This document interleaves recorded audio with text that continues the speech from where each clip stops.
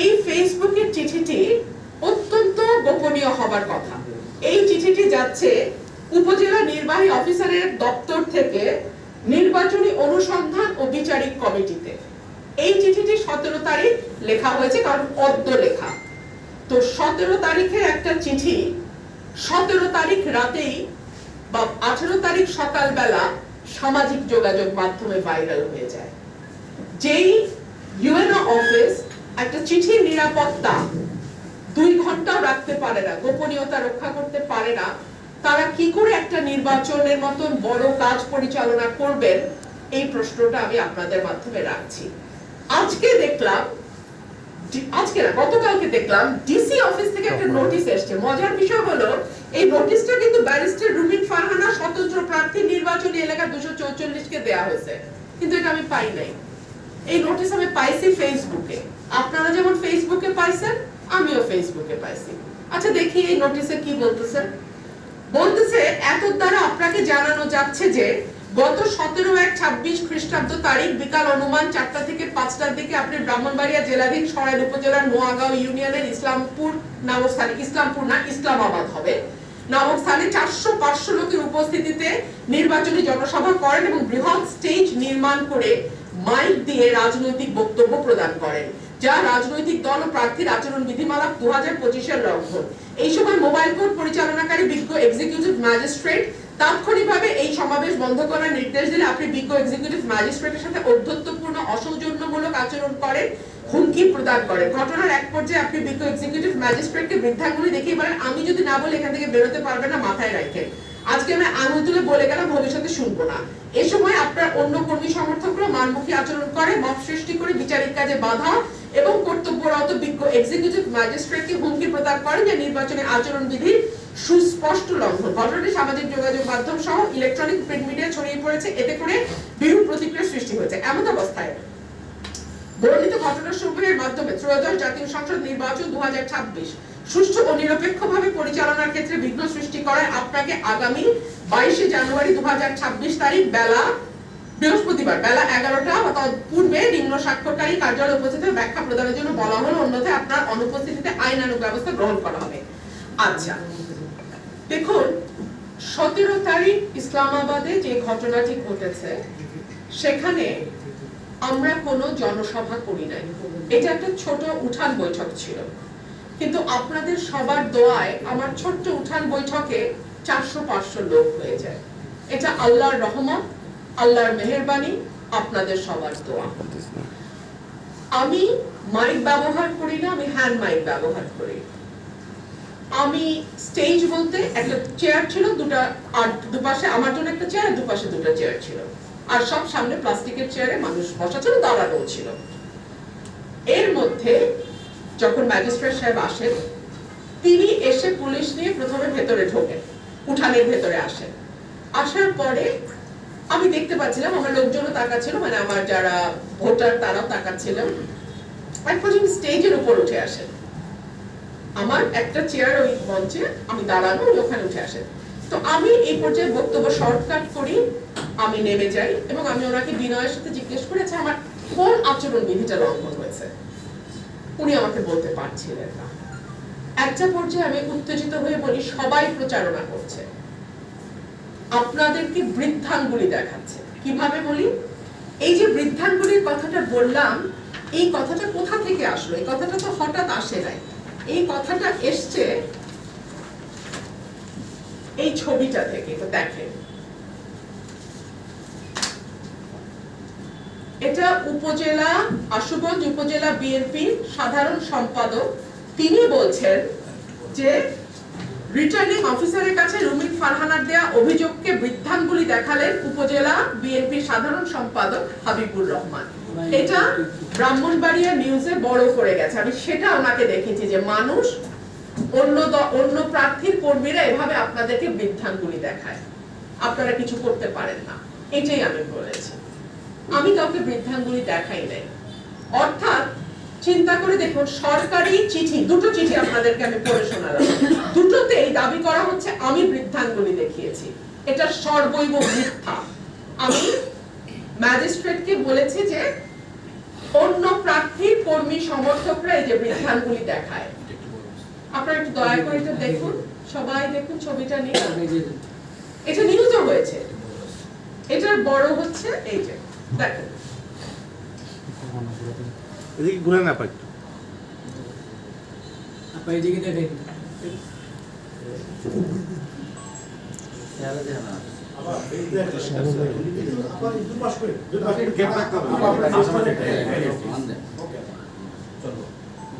ঠিক আছে, ওকে। তাহলে বৃদ্ধাঙ্গুলির ব্যাপারটা আমি ক্লিয়ার করতে পারলাম, তাই না? আচ্ছা, এবং এই যে প্রশাসন সেখানে উপস্থিত ছিল। হাবিব সাহেব যখন বৃদ্ধাঙ্গুলি দেখান তখন প্রশাসন এখানে উপস্থিত, কিচ্ছু করে নাই।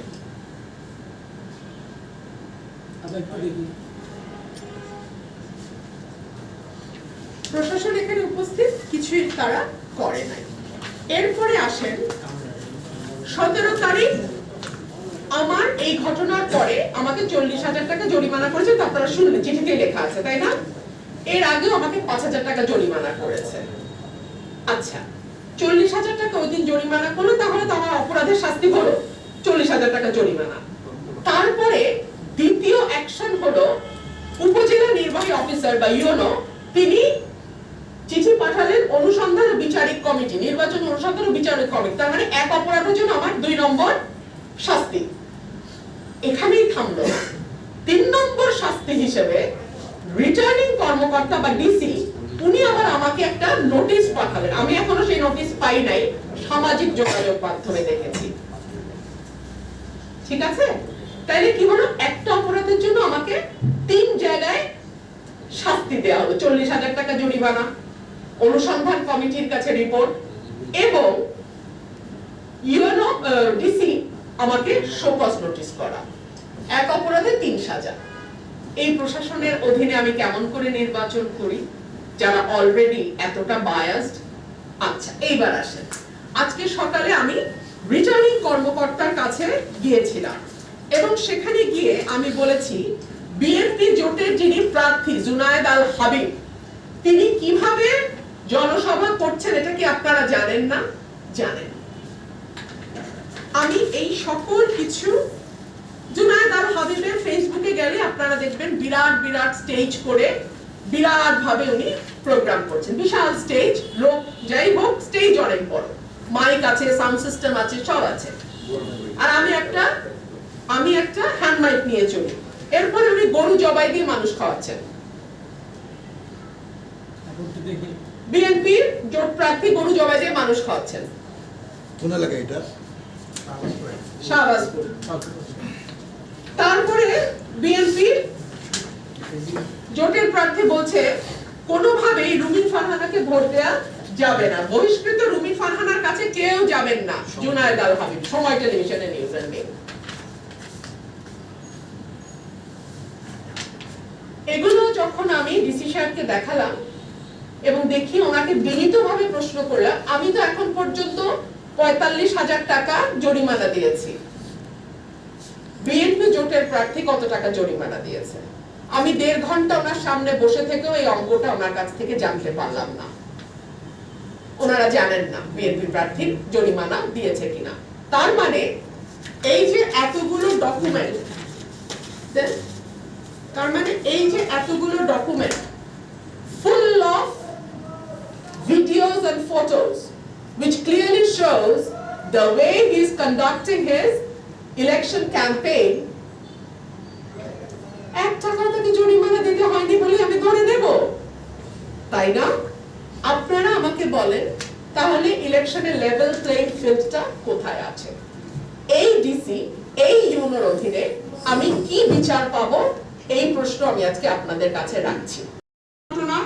অশালীন, আক্রমণাত্মক, ব্যক্তিগত চরিত্র হনন করিয়া বক্তব্য প্রদান, কোন ধরনের তিক্ত বা উস্কানিমূলক, মানহানিকর কিংবা লিঙ্গ,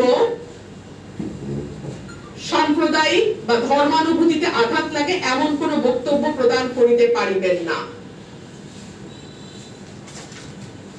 আপনারা যদি দেখেন, জুনায়েদ আল হাবিবের প্রচারণাকালে আমাকে বলা হয়েছে নর্তকী। ব্রাহ্মণবাড়িয়া কণ্ঠ বলছে রুমিন ফারহানা মমতাজের মধ্যে কোনো পার্থক্য নাই। আমাকে বলা হয়েছে রুমিন ফারহানা হচ্ছে টিস্যু পেপার যাকে দল ব্যবহার করে এখন ছুঁড়ে ফেলে দিয়েছে। টিস্যু পেপার যেমন কোনো কাজে লাগে না, রুমিন ফারহানার এখন আর কোনো কাজ নাই। এই ধরনের উস্কানিমূলক, আক্রমণাত্মক, লৈঙ্গিক পরিচয়কে অবমাননা করা বক্তব্য আমি 13 তারিখ জানিয়েছিলাম ডিসি সাহেবকে। এখন পর্যন্ত ডিসি সাহেব তার কোনো ব্যবস্থা নিয়েছেন বলে আপনারা কি জানেন? আমিও জানি না। এই ব্যাপারে আজকে ওনাকে কথা বললাম, আমি বুঝিনি উনি কি বলতে চাচ্ছেন। উনি বলতে চাচ্ছেন উনি অনুসন্ধান কমিটিতে দিয়েছেন বা কিছু, কিন্তু আমার বেলা সব চিঠি আমার কাছে আসার আগে ফেসবুকে চলে যাচ্ছে। এবং এক অপরাধ যদি হয়ে থাকে, ইফ অ্যান্ড ইফ, 3 ক্ষেত্রে আমাকে সাজা দেওয়ার চেষ্টা হচ্ছে। এখন আসুন ধারা 16, কোন প্রার্থী বা তাহার নির্বাচনী এজেন্ট বা প্রার্থীর পক্ষে অন্য কোন ব্যক্তি সামাজিক যোগাযোগ মাধ্যম ব্যবহার করিয়া নির্বাচনী প্রচারণা করিতে পারিবে, তবে সেই ক্ষেত্রে গ বলছে ঘৃণাত্মক বক্তব্য, ভুল তথ্য, কাহারো চেহারা বিকৃত করা, নির্বাচন সংক্রান্ত বানোয়ার তথ্য সহ কোনো ক্ষতিকর আধেয় বা কন্টেন্ট তৈরি প্রচার করতে পারবেন না। প্রতিপক্ষ, নারী, সংখ্যালঘু, অন্য কোনো জনগোষ্ঠীকে লক্ষ্য করিয়া ঘৃণাত্মক বক্তব্য, ব্যক্তিগত আক্রমণ বা উস্কানিমূলক ভাষা প্রয়োগ করিতে পারবে না। 15-16 মোটামুটি একই ভাবে বলছে যে কারো ব্যাপারে কোনো অবমাননাকর বক্তব্য, তার লৈঙ্গিক পরিচয়, ধর্মীয় পরিচয়, জাতিগোষ্ঠীর পরিচয় ব্যবহার করিয়া কোন রকম উস্কানিমূলক, অবমাননাকর বক্তব্য দেওয়া যাবে না। ক্রমাগতভাবে বিএনপি জোট সমর্থিত প্রার্থী এই কাজটি নিষ্ঠার সঙ্গে তার যারা কর্মী বাহিনী আছেন, প্রচারক আছেন, তাদেরকে দিয়ে করছেন। এবার আসুন ডিসি সাহেব আমাকে নোটিশ করতে পারেন কিনা। 26 ধারা বলছে নির্বাচন পূর্ব অনিয়ম হলে কি করতে হবে।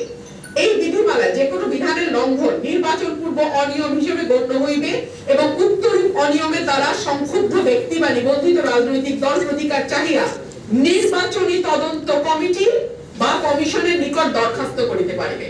তার মানে নির্বাচনী তদন্ত কমিটি একটা আছে যার কাছে ইউএনও চিঠি দিয়েছে, সেখানে বলা যাবে, অথবা নির্বাচন কমিশনে বলতে হবে। ইউএনও আমাকে কেন শোকজ করে, ইউএনও আমাকে কেন আদেশ দেয় সশরীরে তার অফিসে উপস্থিত থাকার? উনি কি পারেন? উনি কি পারেন, ডিসি কি পারেন এটা করতে? এই প্রশ্নটা আমি আইন অনুযায়ী আপনাদের কাছে রাখছি। দেখেন,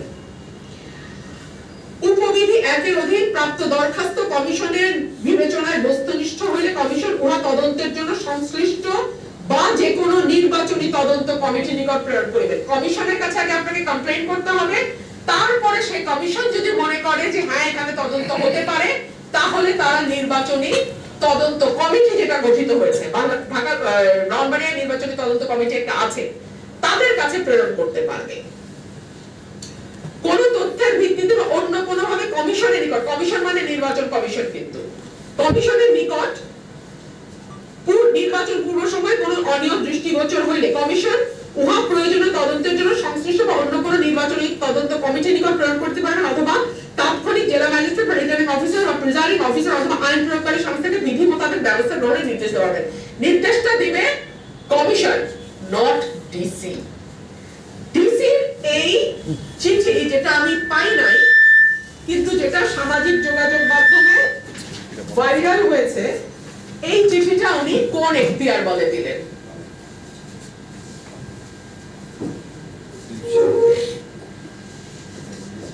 নির্বাচনের যে সার্বিক পরিস্থিতি আমি দেখছি, প্রশাসন যদি 18 সালের মতো কাজ করে, এই নির্বাচন সুষ্ঠু হবার কোনো কারণ নাই। আমি নির্বাচন কমিশনের দৃষ্টি আকর্ষণ করছি এবং বিনীতভাবে আমি নির্বাচন কমিশনকে বলবো, ব্রাহ্মণবাড়িয়া 2 এর ব্যাপারে আমি একজন স্বতন্ত্র প্রার্থী, একজন আইনজীবী এবং একজন সাবেক সংসদ সদস্য হিসেবে আপনাদের কাছে অনুরোধ করব, ডিসি সাহেব কোন এখতিয়ার বলে আমাকে সশরীরে উপস্থিত হতে বললেন এবং না হলে তিনি যে ব্যবস্থা নেবেন এই কথাটি তিনি বললেন, এই ব্যাপারে নির্বাচন কমিশন আসলে কি ব্যবস্থা নেবে।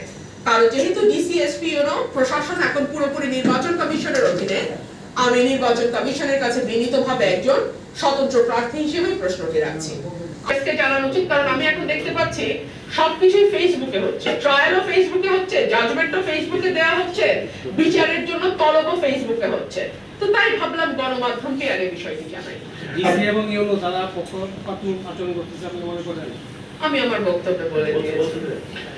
আমি একটু জানতে চাচ্ছিলাম, আমি শফিকুল ইসলাম, যমুনা টেলিভিশনে কাজ করি। আপনি বলছিলেন যে একটা ঘটনায় তিনটি ক্রান্তি কিংবা আপনার বিরুদ্ধে ব্যবস্থা নেওয়া হয়েছে, আপনি কি এই বিষয়টি কমিশনকে জানিয়েছেন কিনা? একটা বিষয়। আর আরেকটি বিষয় হচ্ছে যে আপনার যে দীর্ঘ বক্তব্য আমরা শুনছিলাম, এটা কি নির্বাচন থেকে আপনাকে অর্থাৎ সরে দেওয়ার কোনো ষড়যন্ত্র কিনা, এই বিষয়টা আপনার কাছ থেকে একটু জানবো। আরেকটি বিষয় হচ্ছে আপনি যে জোট প্রার্থীর বিরুদ্ধে বলছিলেন, তার বিরুদ্ধে কেন ব্যবস্থা নেওয়া হচ্ছে না, এই বিষয়টি রিটার্নিং কর্মকর্তা নিশ্চয়ই আপনি লিখিতভাবে বলছেন, আজকে তার সাথে দেখাও করেছেন, এই বিষয়ে কোনো ব্যবস্থা নিচ্ছেন না কেন জানতে চেয়েছিলেন কিনা, আমি বিষয়টা জানতে চাচ্ছিলাম। প্রথম প্রশ্নটা ছিল আবার একটু বলেন। আমার একটা ঘটনায় তিনটা, হ্যাঁ, একটা একটা করে আসি আমরা। একটা ঘটনায় তিনটা বিচার। যেহেতু ডিসি সাহেবের এই চিঠি ফেসবুকে আমি কাল রাতে দেখেছি, আমি আজকে ডিসি সাহেবের অফিসে গিয়েছি, আমি প্রতীক বরাদ্দের পর এই বিষয়টি লিখিতভাবে এটা নিয়ে আমি নির্বাচন কমিশনকে নিশ্চয়ই অবহিত করব। এবং আপনি যেই প্রশ্ন আমাকে করেছেন যে নির্বাচন থেকে আমাকে সরিয়ে দেবার কোনো চক্রান্ত হচ্ছে কিনা, সেটা যদি হলেও থাকে, আমি খুবই দ্ব্যর্থহীন ভাবে বলি, আমি আমার এলাকার ভোটারদের ভালোবাসা, সমর্থন, সাহায্য, অনুপ্রেরণায় এত দূর এসেছি। আমি তাদেরকে ছেড়ে কোনো অবস্থাতেই যাব না এবং নির্বাচনের মাঝে আমি আছি এবং শেষ দিন পর্যন্ত ইনশাআল্লাহ যদি আমার মৃত্যু না হয় আমি নির্বাচনের মাঝে থাকব। আর ব্যবস্থা নেওয়ার ব্যাপারে হ্যাঁ, আমি আজকে ডিসি মহোদয়কে প্রশ্ন করেছি এবং আমি 1.5 ঘন্টা আমার অফিসে বসেছিলাম শুধু একটু ছোট্ট তথ্য পাওয়ার জন্য যে কত টাকা জরিমানা করা হয়েছে। এই তথ্য আমি 1.5 ঘন্টায় পাই নাই, সম্ভবত 1 টাকাও জরিমানা করা হয় নাই। আর যেই প্রচার প্রচারণা, সেগুলো আপনারা যে কেউ, আজকাল তো ফেসবুক গণমাধ্যম, আপনারা জাস্ট ফেসবুক অ্যাকাউন্ট আপনারা সবাই জানেন, সেই অ্যাকাউন্টে ঢুকলে আপনারা শত শত ছবি দেখবেন, বড় বড় মঞ্চ বাধাই করে, ব্যানার লাগিয়ে, পিছনে ব্যানার দিয়ে, স্টেজ বানিয়ে, মাইকিং করে আমার ব্যাপারে কুৎসা বলে মিটিং গুলো করা হচ্ছে। এগুলো কোনো এগুলো একদম পাবলিক এভিডেন্স, এগুলো আছে প্রকাশ্য, এগুলো খুবই প্রকাশ্য, এগুলো নিয়ে আসলে বলার কিছু কিংবা তৎকর্তৃক মনোনীত ব্যক্তি বা স্বতন্ত্র প্রার্থী তাদের পক্ষে কোনো ব্যক্তি ভোট গ্রহণের জন্য নির্ধারিত দিনের 3 সপ্তাহ সময়ের পূর্বে কোন প্রকার নির্বাচনী প্রচার শুরু করতে পারবেন না এবং ভোট গ্রহণ শুরু হওয়ার পূর্ববর্তী 48 ঘন্টা পূর্বে নির্বাচন প্রচারণা সমাপ্ত করিবেন। নির্বাচন প্রচারণা বলতে যেটা বোঝায় সেটা কিন্তু আমি করছি না, একদম না। আমি বৈঠক করছি, ছোট ছোট উঠান বৈঠক করছি, আর সেই উঠান বৈঠকে যদি মানুষ উপচে পড়ে, এটা তো আমার হাত থাকে না। মানুষ চলে আসে এবং আমাকে আমার ব্যাপারে বলা হয় যে উনি একটা ছোট্ট মানে পথসভা করতে গেলে দেখা যায় সেখানে কয়েকশো মানুষ হয়ে গেছে। এটার উপরে তো আসলে কারো কন্ট্রোল থাকে না। তবে সভা বলতে কি বোঝায়? বড় মঞ্চ হবে, ব্যানার থাকবে, সাউন্ড সিস্টেম হবে, মাইক ব্যবহার করা হবে, এর কোনোটাই আমার কোনো সভায় হয়নি। আর আপনি যেটা বলেছেন, আমি যেটা আপনার যে প্রশ্নটা যে আমি না বলে এখান থেকে যেতে পারবেন না, আমি বলেছি যে আপনি আমার সঙ্গে যে আচরণটি করছেন এবং আমি বারবার আপনাকে প্রশ্ন করছি যে আমি কোন ধারা বা কিভাবে লঙ্ঘনটা হলো, কারণ আমি তো কোনো সভা বলতে যাবো তো করছি না, এখানে নির্বাচনী সভা বলা আছে 18-তে, আমি তো সেটা করছি না। তো তাহলে কিভাবে এটা হলো, উনি কোনো জবাব দিতে পারছে না। তো তখন আমি বলেছি যে দেখুন, এই যে মানুষজন এরা যদি এখন খেপে যায়, আমার তো কোনো কন্ট্রোল থাকবে না, আপনি যেতে পারবেন না এখান থেকে। আর আমাদের সরকার তো মানুষজন একটু বেশি হলে এটাকে প্রেসার গ্রুপ বলে, আমি সেটা বলছি না, আমি শুধু বলছি মানুষ খেপে গেলে, কারণ নির্বাচনের মৌসুম, এখন প্রত্যেকেরই নেতা কর্মী সমর্থক ভোটার আছে, তারা যদি মনে করে বারবারই আপার উপরে কেন আসে, তারা যদি খেপে যায়, এই কন্ট্রোল তো ভাই না থাকবে আপনার হাতে, না থাকবে আমার হাতে, এটাই আমি সাবধান করেছি।